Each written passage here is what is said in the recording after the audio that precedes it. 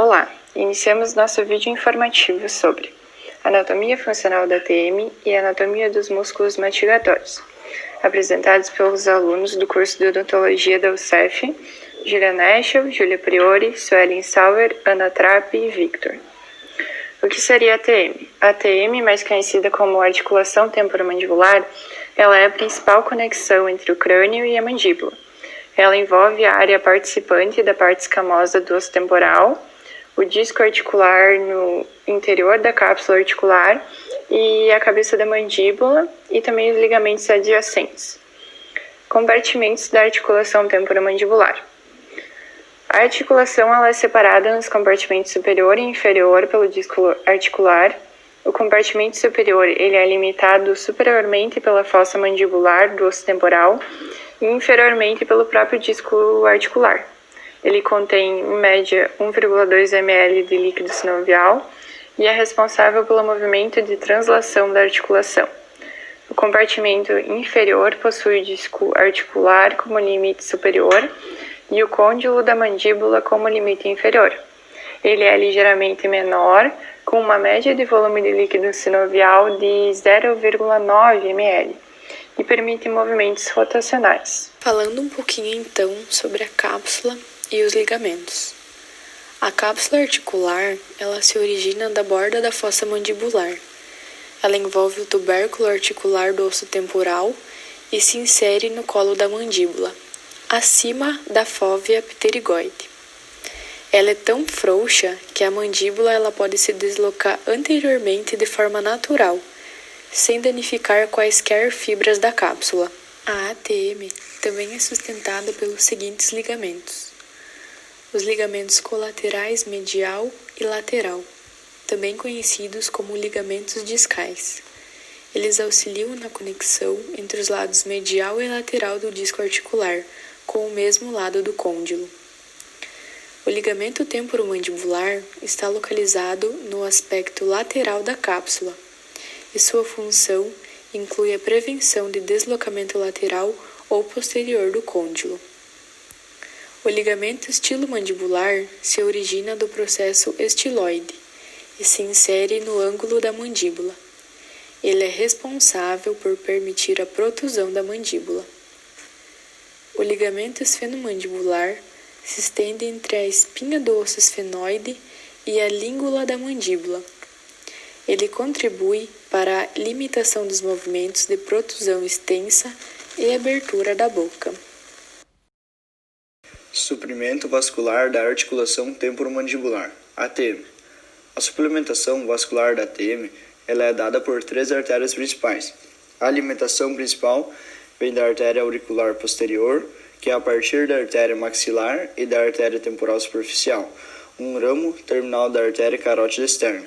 Além disso, uma boa parte da suplementação da articulação ela é fornecida pela artéria timpânica anterior, que também é um ramo da artéria maxilar.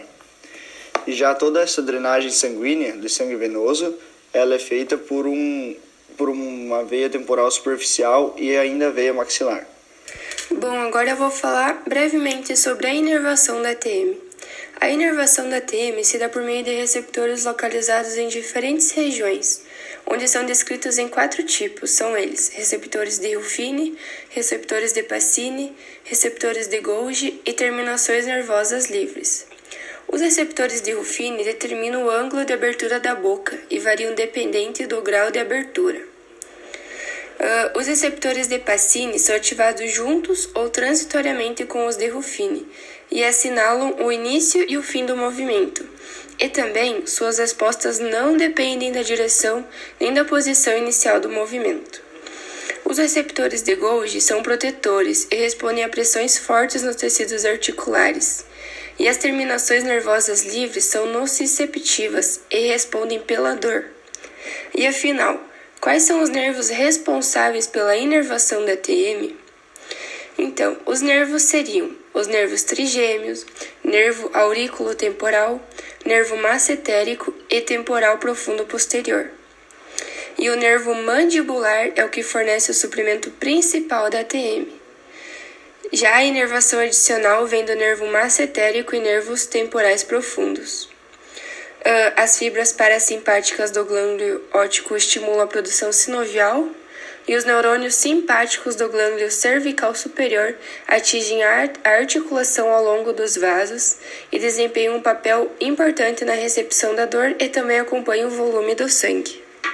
O músculo da mastigação. A mastigação é o processo de quebra e redução dos alimentos em menores pedaços, realizado no interior da cavidade oral. Ela transforma o alimento em um bolos. Então essa massa pode ser engolida com facilidade e em seguida digerida conforme passa pelo canal alimentar. Além dos dentes e da língua, alguns músculos conhecidos como músculos mastigatórios também participam dos movimentos específicos da ATM durante esse processo, permitindo então que os estágios iniciais da digestão aconteçam. Todos os músculos da mastigação eles são inervados por um ramo do nervo mandibular, que também é um ramo do nervo trigêmeo. A articulação temporomandibular é responsável pelos movimentos da mandíbula. Sua articulação é entre a fossa mandibular do osso temporal e a cabeça do côndilo da mandíbula. Seus principais movimentos é o movimento de oclusão, que é o contato dos dentes da arcada superior com a arcada inferior, o movimento de protrusão, que é o movimento dianteiro para frente, e o movimento de retrusão, que é um movimento de retração para trás. Os músculos da mastigação. Então, o músculo temporal.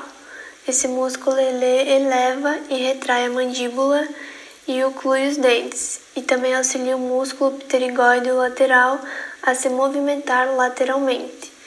Sua origem é da linha temporal superior e o assoalho da fossa temporal. Sua inserção é os processos coronoide e na borda anterior do ramo da mandíbula por meio dos tendões superficial e longo profundo. Sua inervação são os nervos temporais profundos do ramo do trigêmeo e sua vascularização são as artérias temporais profunda anterior, medial e posterior.